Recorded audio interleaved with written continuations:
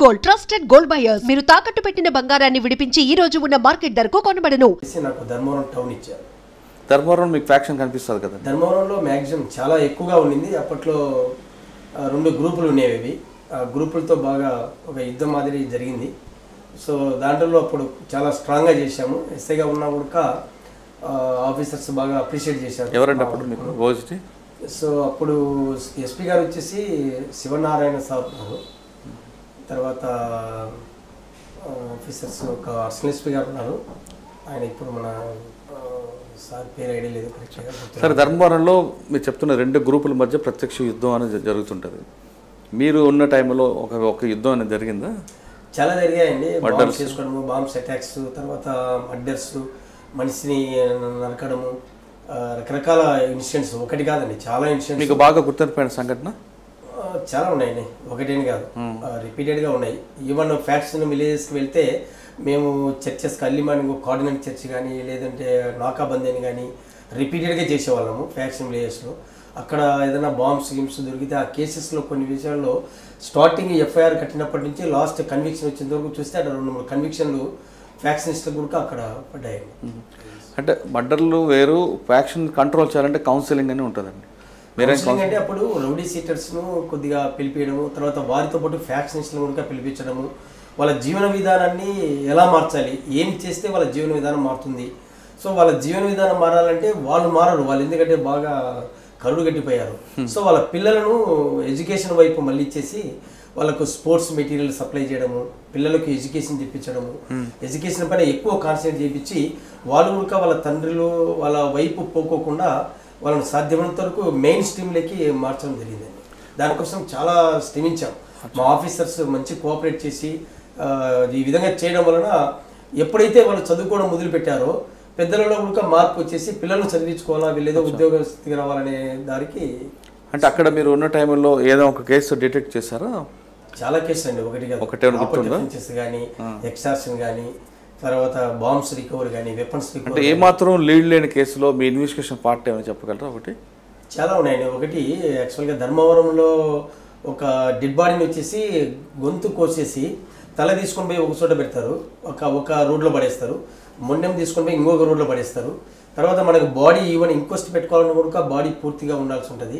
అటువంటి సమయంలో బాడీని ప్లస్ అంటే ఒక మొండెంను ప్లస్ ఇక హెడ్ను 2 టేస్ట్ చేసి దాన్ని పెట్టుకొని ఆ కేసుని డిటెక్ట్ చేయడం చాలా గ్రేట్ థింగ్ అనేది. ఆఫీసర్స్ కూడా మంచి అప్రిసియేషన్ వచ్చింది, దాంట్లో రివార్డు కూడా ఇచ్చారు. ధర్మవరం తర్వాత అంటే ధర్మవరం నుంచి నేను పెద్ద ఒడుగురు అని చెప్పేసి అక్కడికి వెళ్ళిపోయాను. పెద్ద ఒడుగురు అని చెప్పేసి అది ఫ్యాక్షన్ విలేజ్. అప్పుడు కొంచెం ధర్మవరంలో హార్డ్ వర్క్ చేసిన దానికి ఆఫీసర్స్ అప్రిసియేషన్తో కొద్దిగా ఫ్యాక్షన్ ఉంది అక్కడ అని చెప్పేసి నన్ను అక్కడ పెట్టడం జరిగింది. అంటే అక్కడ ఎవరండి 2 గ్రూపులు ఎవరెవరు ఉండేవారు? అక్కడ వెంకట రంగారెడ్డి అని చెప్పేసి ఒక గ్రూపు, గరుడ శేఖర్ రెడ్డి అని ఒక గ్రూపు. అలా ఒక్క విలేజే కాకుండా చాలా విలేజ్లు అలుముకొని ఉండేవి, ఫ్యాక్షన్తో నవ్వులు ఉండేది. అంటే అక్కడ ఆధిపత్యం కోసం పోరు ఉంటుంది, నువ్వా నేనా అనేది ఒకటి. తర్వాత నువ్వా నేనా ఈ పద్ధతిలోనే పోతూ ఉంటుంది. సో ఎప్పుడైతే అది ఆ గలాట ఎందుకు వచ్చింది, వీళ్ళు ఎందుకు ఫ్యాక్షన్గా తయారైనారు చూస్తే అది వెరీ ట్రివియల్ ఇన్ నేచర్ ఉండేది. సింపుల్గా ఇంటి దగ్గర ఆడవాళ్ళు కసు దోసుకునే విషయంలో ఈ పక్కకు తోసేసింటారు. ఈమె 18 వచ్చేసి చూడి మా ఇంటి మీద తోసిందని ఈమె ఈ పక్కకు దోసేస్తుంది.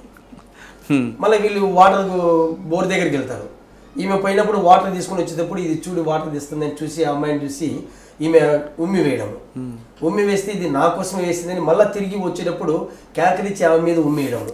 అంటే చిన్న విషయంతో అది 2 గ్రూపులుగా ఏర్పడిపోయి ఇది పెద్దగా అయిపోయి అక్కడ చాలా మర్డర్స్ అయ్యాయండి. తర్వాత మేము పోయిన తర్వాత మరీ సేమ్ అలాగే పిల్లలను తీసుకురావడము, ఫ్యాక్షనిస్టులకు కొంచెం స్టబర్న్గా కేసులు పెట్టేసి రిమాండ్ పంపడము, వాళ్ళు జైలులో మగ్గడము, దీంతో అక్కడ మ్యాక్సిమం తగ్గుతూ వచ్చింది.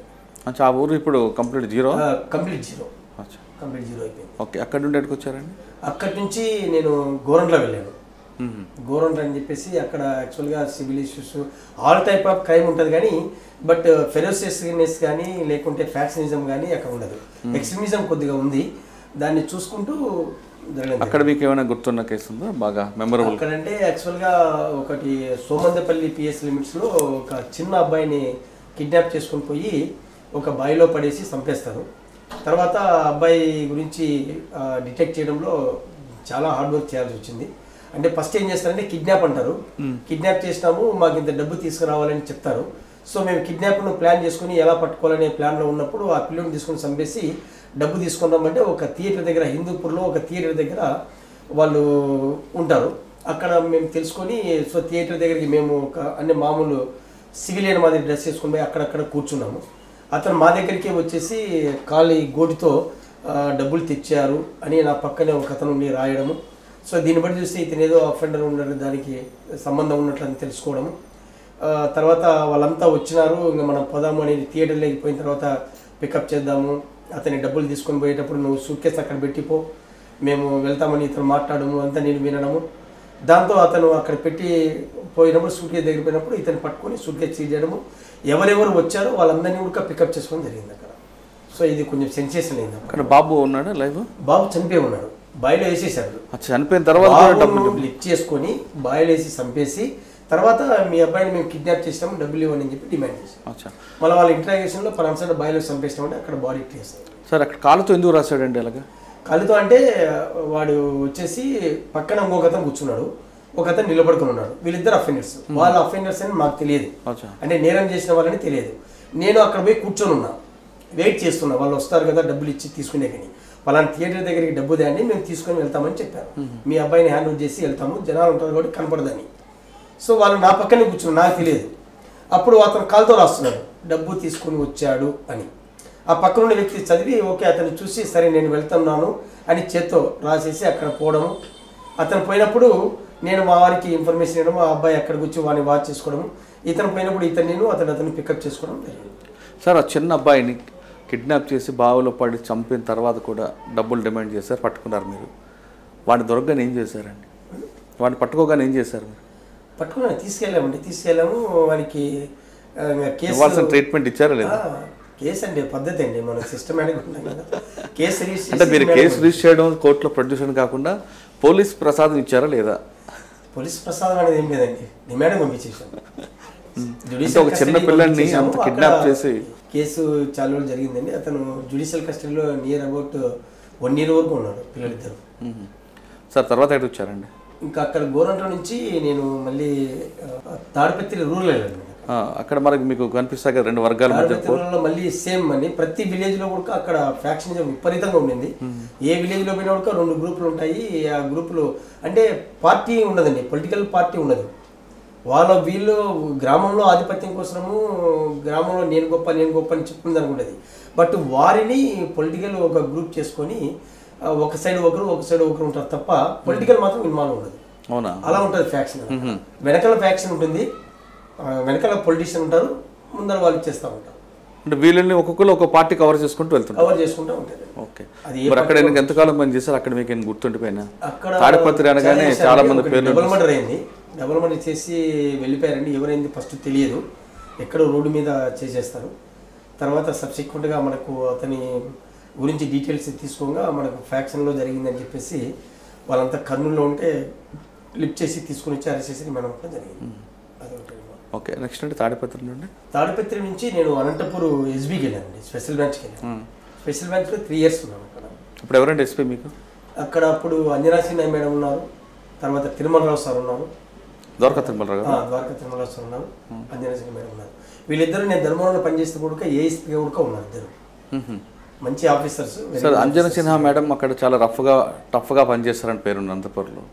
సార్ కూడా చేశారండి, మన తిరుమలరావు సార్ కానీ అంజనా సిన్హా మేడం కానీ. అప్పుడున్న ఆఫీసర్స్ ప్రతి ఒక్కరు కూడా చాలా టఫ్ అయింది. ఎందుకంటే అనంతపూర్ డిస్ట్రిక్ట్ వచ్చారంటే వాళ్ళు రావడంతోనే మంచి స్టబర్లతోనే వస్తారు.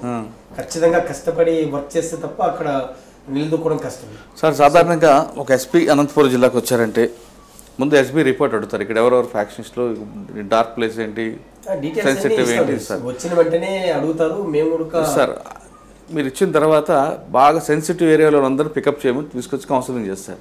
ఆ విధంగా అనంతపురం సెన్సిటివ్ ఏరియా ఇది. ఎక్కువ మంది ఎవరిని వ్యాక్సినేషన్ అంటే ఎక్కువ తాడిపత్రి ఏరియానే ఎక్కువ.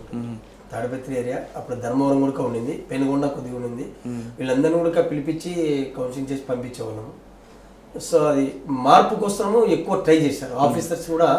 మనము వారిని వేరే విధంగా చేసేదానికంటే వాళ్ళలో మార్పు తీసుకొచ్చేదానికి మనం ఏం చేస్తే సరిపోతుంది. సార్ మీరు ఇందాక చెప్తున్నట్లుగా వాళ్ళ ఆధిపత్య పోరు కోసం కరడు కట్టిన ఫ్యాక్షనిస్ట్ని మీలాగా మాటలు చెప్తే వినే మనస్తత్వం ఉందంటారు వాళ్ళు?